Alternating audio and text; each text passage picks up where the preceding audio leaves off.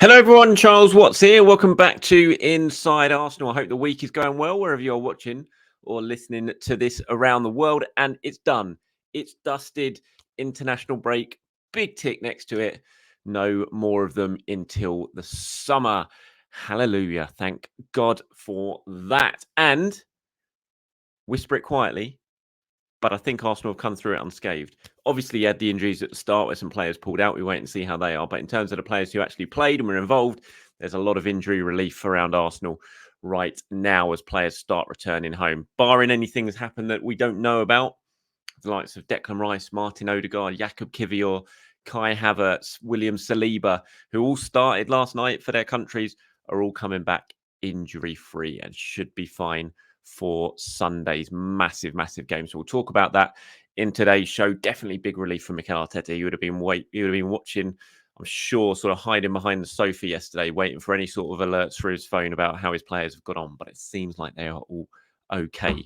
Touch on wood. So we'll talk about that. I've got plenty of questions and comments, responses from you guys about the Thomas Partey conversation we had yesterday and all sorts of things. And before we get going, just to say I'm recording Inside Arsenal Extra Time today with James Benge, but we're recording it in about an hour and 45 minutes time. So we're recording it at midday UK time on Wednesday. So if you want to get involved in that show, if you want to send in anything that you want us to discuss. And we're going to do it mainly on Manchester City. It's going to be a big Manchester City preview, basically. So if you want to get involved, send in your questions about that or anything else, then by the time you watch this, you're going to have to be one of the first people to watch this video and reply straight away in the comments below with extra time and then your question or comment, and we'll try and get them involved in the show. But you're going to have to do it very, very quickly because it's a very short turnaround from me recording this video to then sitting down with James to record the one that is going to go out later on this evening. All right, let's get going, shall we? Now, I think all of us right now are kind of what Declan Rice looks like in the back of this picture if you're watching on YouTube. That's him, of course, celebrating Jude Bellingham's last-minute equaliser for England yesterday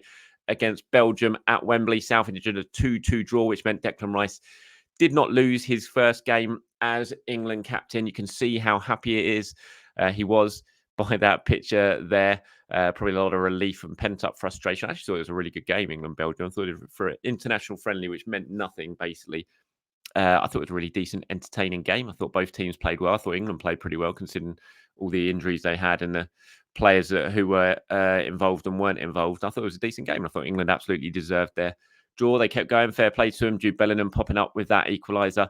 But yeah, I just love that picture of Declan Rice in the background. You can just see exactly what he means to him. And I have to say, when I saw it this morning, I did immediately think that's pretty much how we're all reacting right now, just to the fact that Arsenal have hopefully not picked up any injuries during this international break, which featured a fair few players. Saliba played last night for France. They won 3-2. I think it was against Chile, wasn't it? Brilliant tackle, actually. If you watch it, I haven't seen it yet. The last minute, Chile go through down the right-hand side. I wouldn't say it's quite a one-on-one, but Saliba's sort of coming in, narrowing the angle down. Then just as the guy's about to try and go around, he produces a brilliant sort of last-ditch tackle. It's a classic Saliba tackle. Think back to the start of the season. I think he did one away at Crystal Palace, didn't he? I think it was on Jordan Ayew. It was that sort of tackle. The one he kind of did against Kylian Mbappe when he was on loan at Marseille as well. Yeah, it's brilliant tackle. So, and that sort of made sure that France saw the game out and won it 3-2. So Kiwior played 420 minutes for Kiwior in that really sort of dramatic playoff for the Euros. Zinchenko is also involved in. So it was a good day for both Arsenal guys. Both Ukraine and Poland went through. Poland beating Wales on penalty. Ukraine beating Iceland 2-1. So booking their spots at the Euros. Kiwior played the full 120 minutes, added to the 90 minutes he played earlier on. So it's been a very busy and intense international break for him. Zinchenko was on the bench yesterday, came on with about sort of 25 minutes to go. Which, I don't know, looking at that, Zinchenko is such a key player for Ukraine. He's captain. The fact he didn't start the game, having started earlier in the first game in international break, certainly makes you think, injury-wise or fitness-wise, he's still not there yet.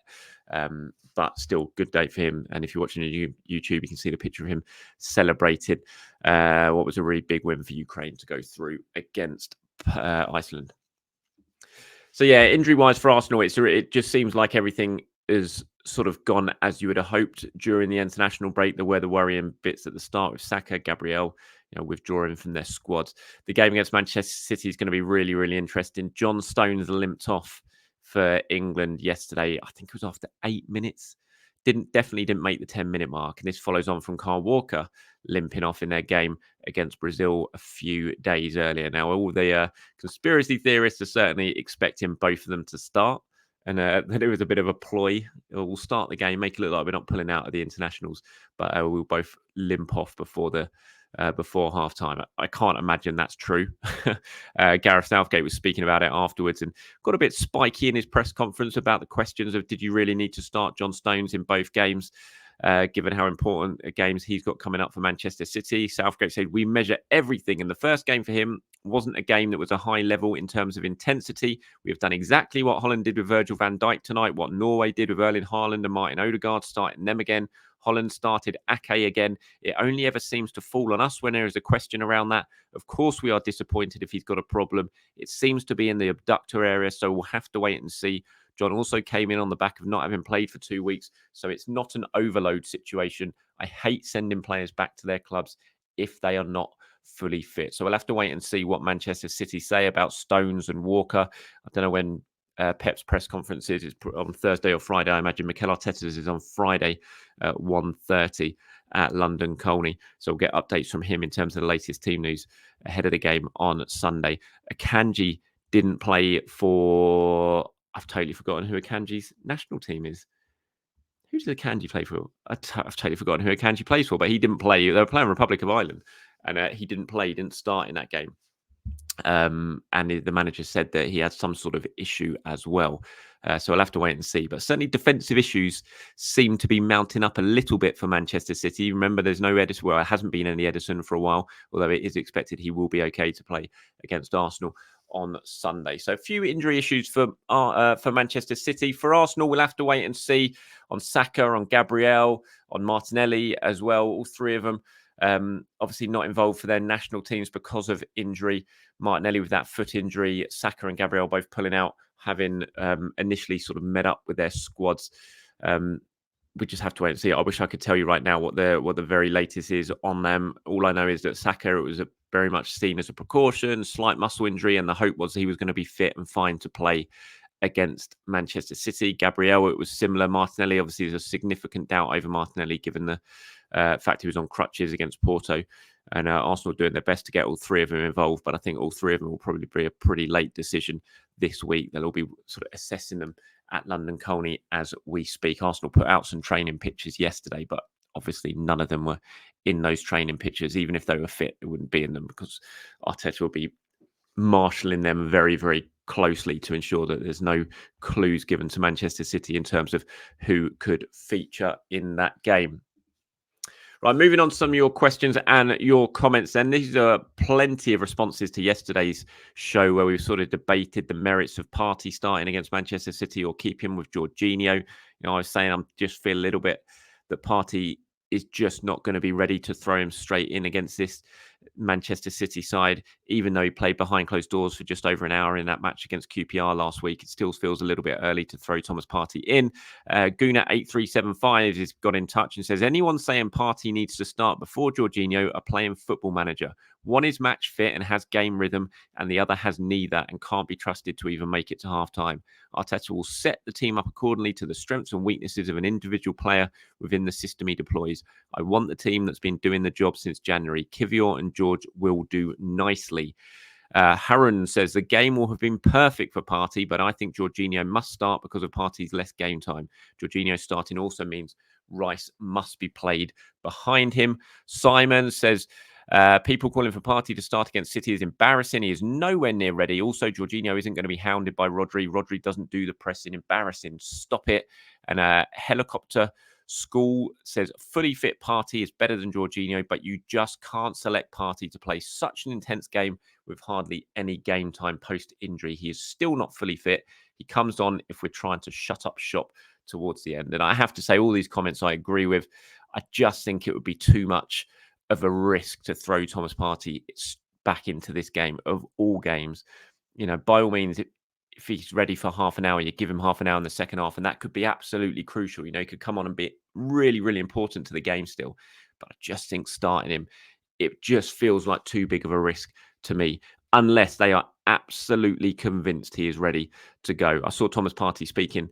He did a feature on Arsenal.com yesterday, sort of detailing his journey from Ghana to Arsenal. And within it, he was talking about the injury that he's just had and how frustrating it's been and how he's so determined now to come back and still play a part in this season. And he can still play a part in this season. There's still a lot of games to go, really, really important games to go. But I'd just be a little bit wary about starting him in this game because of the injury issues, and I'm not sure he would be match fit enough. Uncle Chris says, "Hi Charles, are fully brackets above 90% fit. Thomas Partey starts for me because he's an improvement or Jorginho. However, for anything less than that fitness level, Jorginho gets the nod. Also, in case Martinelli is not fit to play, I would like Mikel to be bold enough to use Reece, whose profile is the closest we have to Gabriel Martinelli in attack. I can imagine Raya claiming a cross from a City corner and releasing Nelson with a quick throw." Yeah, it's a good point. I don't think he will, but it is a good point.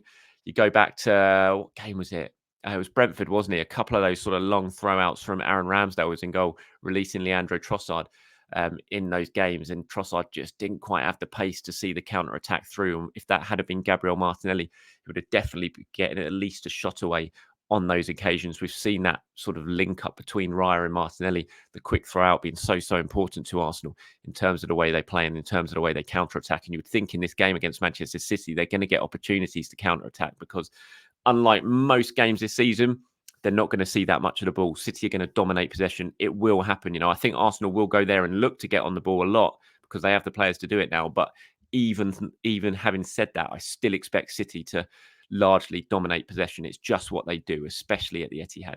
I can't see Arsenal having more of the ball than City. So they will have to rely on the counter-attack when they can. They will need to use pace when they can. And if Gabriel Martinelli is not there, then that pace is going to be limited because they don't really have that many quick players, and Reece Nelson is one of them. But I still think if Trossard I still think that Trossard will probably get the nod in place of Martinelli. And if he doesn't, then it might well be Gabriel Jesus. But thank you very much for your comment there, Uncle Chris. Pearl here says, "Hello, Charles. Thanks for putting out great content and keeping us away from this boring international games. With regards to the game against City, someone mentioned 3-4-3, and that's the formation I thought would be best if we have to dominate, but most importantly, win at Man City. The three centre-backs he's gone for are Tomiyasu, Saliba and Gabriel. Midfield, Partey as a central defensive midfielder, then Jorginho and Rice in the centre with Odegaard as the number 10, and then have Martinelli, Havertz and Saka up front. This means we have a healthy bench option of Jesus, Trossard and the rest. Here's my reason for the four in the middle. Whoever wins this game will have to dictate play, and it will be from the middle of the park. Putting three of the players and Partey behind them gives KDB little or nothing to work with, especially as we know Saliba will muscle Haaland and he is supported by the other tall, physical and agile defenders. I'm ready to hear your thoughts. Remember the three title contenders. We are the team with the toughest opponent. The odds are against us in this game. It should be more of a statement to the rest. Please let me know your thoughts." I mean, the thoughts are kind of similar to what I said yesterday in response to the other guy who said he wanted to see a 3-4-3. I just don't think this is a game to try something brand new. You know, going to Manchester City at the Etihad, it's the toughest game you can possibly get in the Premier League, especially when there's so much on the line as there is on Sunday. That to try something pretty completely new that you haven't tried before, I just think it's too big of a risk to do it. I think you go with what you know, you go with what's got you to this position that Arsenal have got themselves in right now. And I also don't think, no matter how much you try and dictate the play as an away side at the Etihad, even if you're Arsenal, I don't think you can do it. I still think Manchester City are going to dictate the game in terms of possession and territory. And so Arsenal are going to have to look to hurt them when they can more on the counter-attack because they're just not going to see as much of the ball. You can be a brilliant team, but you still go to Man City and you won't get on the ball. It's just a given. It's because of the way they play. It will be incredibly hard for Arsenal to do it. So I don't think you go there looking to dictate the game. I think you go there accepting that you're not going to have as much of the ball and you prepare for that and you look to hurt City, but with the space you can generate on the counter-attack. And I think that's what Arsenal will try and do at the weekend. Thank you very much for your comment, though, Pearl. And here's one from Jabul, I think that is, says, "Hi, Charles. I really liked what I saw with Onana versus England and generally with Everton. I think Arteta can transform him to a scary midfield player. Your thoughts?" Yeah, look, I thought he played well yesterday, Onana. I loved he had a lot of aggression about him yesterday. It was as I said, I thought it was a really good game, England versus Belgium. it was spiky. There was a bit of sort of needle between the players. And I thought Onana, you could see, he was pretty aggressive. He was getting wound up. He really wanted to win that game. He was devastated at full time, Onana. The fact that they didn't go on and win it, I think it would have been Belgium's first ever win at Wembley. So it meant an awful lot to them. And I do think he's a really good player. Whenever I think of Onana, I think of that game. It was Sean Dyche's first game in charge, wasn't it? When Arsenal went up there, top of the league, and Everton beat them 1-0. It's Arsenal's first defeat in a long, long time last season. And Onana was just monstrous that afternoon. It was such a good performance in the middle of the park. Box to box, he was all over the place. He was aggressive. He was winning the ball back, but he was also driving forward and causing Arsenal problems in the final third as well. And it was a real all-round performance from him. And ever since then, I've always thought he's an excellent player. And I would not be against him coming to Arsenal at all. I really do think he could be a really fine player in this Arsenal team and under the stewardship and being guided by Mikel Arteta. I'm not saying it will happen. We'll have to wait and see. There's obviously been heavily linked with a move to Arsenal. I was always told the links in January, though, were not what would be in, though obviously it was coming out of Belgium, it was very strong. I think there was a report once that Arsenal were in advanced talks or something like that. And I was always told that wasn't the case. It's nothing like that. Clearly, there is interest there. Whether Arsenal step up that interest and see if they can get a deal done, we'll have to wait and see. But if they did, then it would certainly be a move that I would support because I think he's got all the talent and the potential to be a really top quality midfielder. He's already showing it in the Premier League, and he's doing that at that age in a team that's struggling. So you come to Arsenal and you've got better players around you in a system that works really well and can get the best out of you, then, I have absolutely no doubt that Onana could be a real top level player. And I thought he showed that yesterday against England at Wembley. All right, that's it from me, everyone. Thank you very much for your time. As always, as I said, we're sitting down with James Benge very, very soon now in literally an hour and a half's time to record Inside Arsenal Extra Time. So if you want to get involved in that show and you are one of the first people to watch this episode today, then quickly get yourself down to the comments. Start one with Extra Time, and then whatever your question is, whatever your comment is, let us know and I'll try and get them in. But you've got to be very, very quick about it. All right, everyone, have a very good day. Speak to you soon. Bye-bye.